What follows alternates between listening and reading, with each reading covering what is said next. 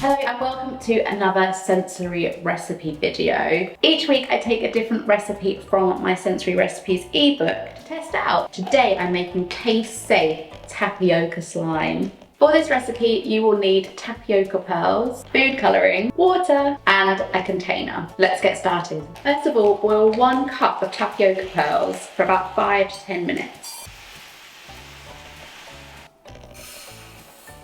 And add 3 cups of water.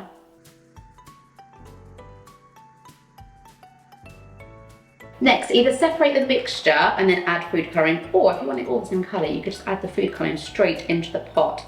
I'm going to go for green because this is going to be frog spawn for my sensory story. And then give it a good stir.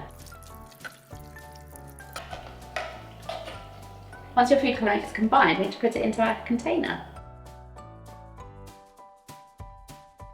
The kids are going to love this. The best thing about this is that it's safe to mouth, so for those children that I don't like to use slime with because they eat everything, this is a great solution and perfect for my froggy sensory story. If you would like to download or print this recipe, as well as loads others like it, then you can download my sensory recipe book from my website. The link's in the description. See you next time.